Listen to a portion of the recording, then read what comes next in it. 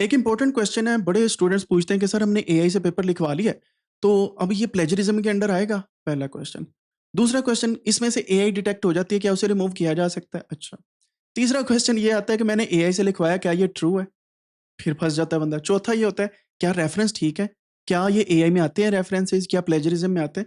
सो plagiarism है क्या और कितनी किस्म के प्लेजरिज्म होते हैं, इसके बारे में हम गुफ्तगू करते हैं। एंड इसको जरा गौर से देख लीजिएगा, इससे आपको समझ आएगी कि प्लेजरिज्म क्या होता है और कैसे रिमूव किया जाता है और किस तरीके से इसको हमने डील करना है। नंबर 1, प्लेजरिज्म को रेड लाइन भी बोला जाता है, यानी कि ऐसी चीज जो किसी ने लिखी है और आप उसे उठा के एज इट इज अपने पास यूज कर लें, उसको बोलते हैं प्लेजरिज्म।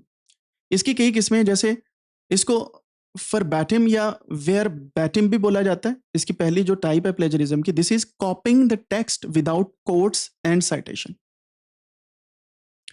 यानी कि ऐसा टेक्स्ट जो किसी ने अपने पेपर में एज इट इज लिखा है, पूरा सेंटेंस आप उठा के अपने पेपर में लिख रहे हैं और आप उसके इर्द गिर्द कोट लगा के उस पेपर का रेफरेंस नहीं लिख रहे, तो फरबैटम होता है, यानी कि आपने अपना दिखा के लिख दिया कि ये सेंटेंस फलां ने नहीं लिखा, ये मैंने लिखा है।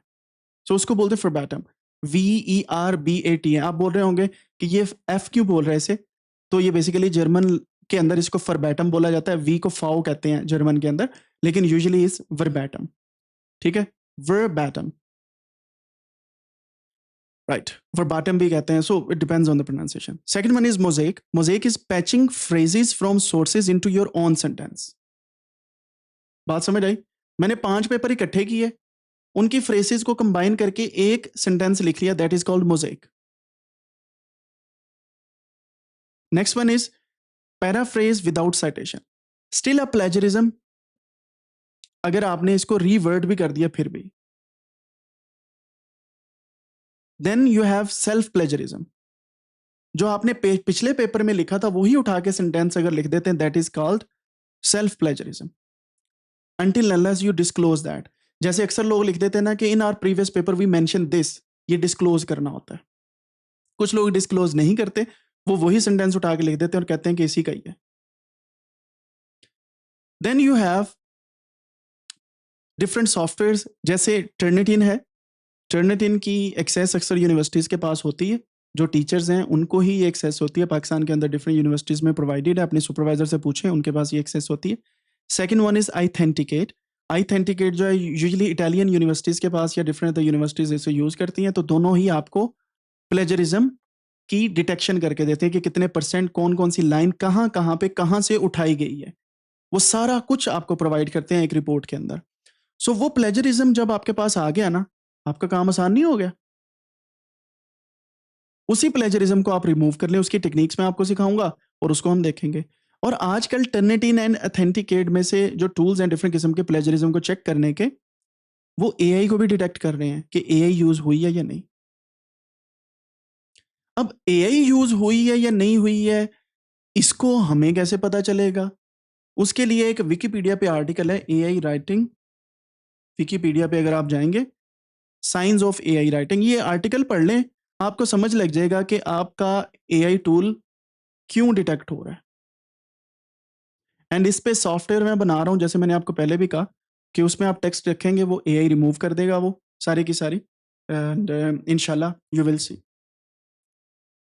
ओके, तो टर्निटिन की समझ आ गई कि किस तरीके से सॉफ्टवेयर यूज होते हैं। A similarity score is not a verdict, read the report, references and methods often match. तो अक्सर क्या होता है, रेफरेंसेस और मेथड्स वो मैच करने ही करने हैं। अगर किसी ने एथेनॉल के अंदर 80% पानी मिलाया है, तो भाई मिलाया है, वो हम नहीं चेंज कर सकते। तो मेथड्स पे प्लेजरिज्म नहीं लगता, अगर लगता भी है तो बहुत कम, उसको देखना है।